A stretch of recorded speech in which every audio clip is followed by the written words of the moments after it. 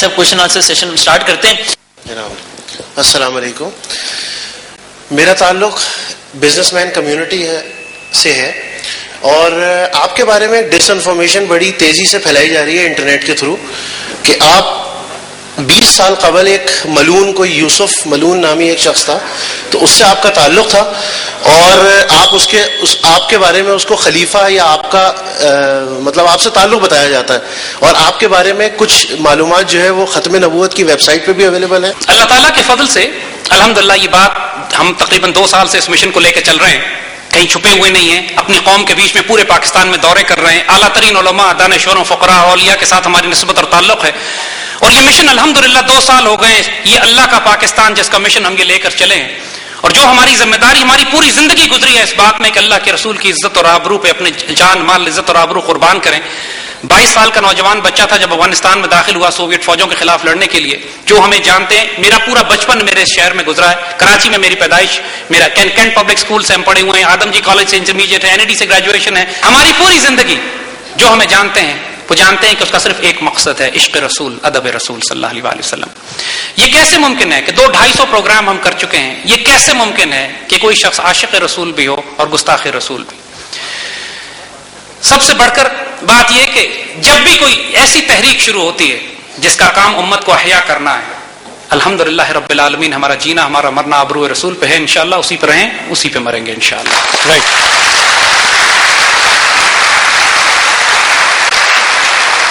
اگلے سوال کی طرف ہم بڑھتے ہیں. یہ خبیب صاحب ہیں اور دیکھتے ہیں کہ یہ کیا پوچھنا چاہ رہے ہیں. جی خبیب.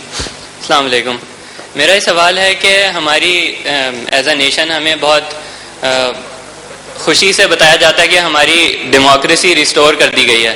ہمیں بہت مطلب ہمارے اندر بہت خوشی ہے کہ یہ ڈیموکریسی ریسٹور کر دیا گیا ہے. اگر یہ ڈیموکریسی واقعی ہمارے مسئلوں کا حل ہوتی تو انڈیا میں بھی ہمیں 2 نیشن تھیوری کی کیا ضرورت پڑتی؟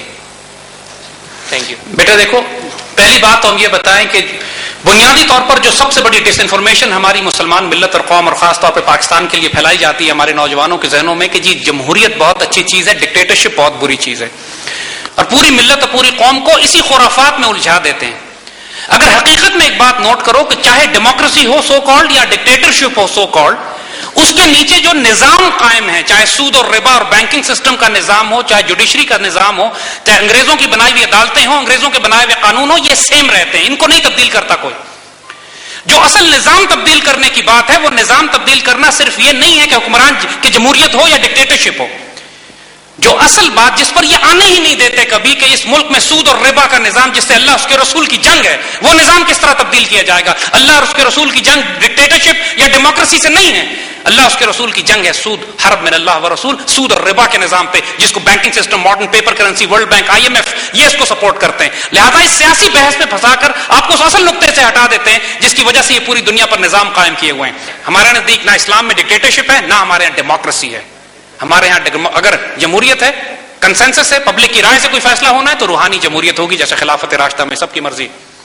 اور اگر ڈکٹیٹرشپ ہوگی تو صلاح الدین ایوبی جیسی ہوگی جو بینوولنٹ ہے، ایسی ڈکٹیٹرشپ کہ بیت المقدس شریف کو فتح کرتے ہیں اور بڑے بڑے عیسائیوں کو، پوری عیسائی، اس سے 70-90 سال پہلے جب عیسائی قبضہ کرتے ہیں بیت المقدس شریف پہ تو مسلمان بچوں کو دیواروں سے مار کے سر کھول دیتے ہیں. 25,000 مسلمان ایک ہفتے میں شہید کیا جاتا ہے بیت المقدس کے اندر. مسلمانوں کا خون گھوڑوں کے گھٹنوں تک آ جاتا ہے. اور جب صلاح الدین ایوبی بیت المقدس شریف فتح کرتے ہیں، اس سے پہلے حضور جب مکہ فتح کرتے ہیں، اس کے بعد حضرت عمر جو بیت المقدس شریف فتح کرتے ہیں، وہ ایک کیس بتا دیں کسی ایک شخص کو قتل کیا گیا، وہ ہماری تاریخ ہے، وہ ہماری ہسٹری ہے. تو بیٹا we are not interested in democracy اور dictatorship, we are interested in a leader جو نگاہ بلند ہو، سخن دل نواز ہو، جاں پر سوز ہو. وہ کس طریقے سے آتا ہے؟ کنسنسس سے آئے، ملٹری ٹیک اوور سے آتا ہے، عوام اس کو انتخاب کرتی ہے، وہ اللہ کے رسول اور شریعت کے اوپر نافذ کرتا ہے. ہماری عزت اور آبرو کی حفاظت کریں، پاکستان کو دنیا کی عظیم ترین طاقت بنائے، اس کی ہاں اور نہ میں دنیا کے فیصلے ہوں، ہم اس کو لبیک کہیں گے انشاءاللہ.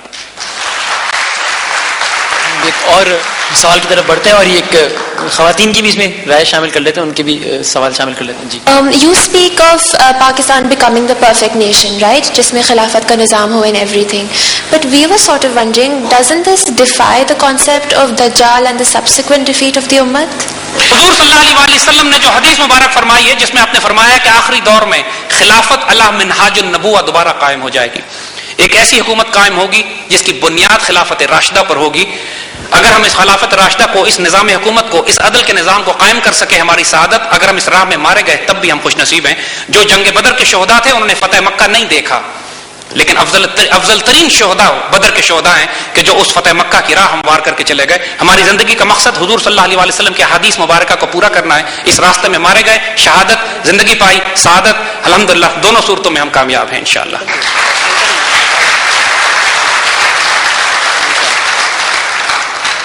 اگلی آواز شامل کرتے ہیں.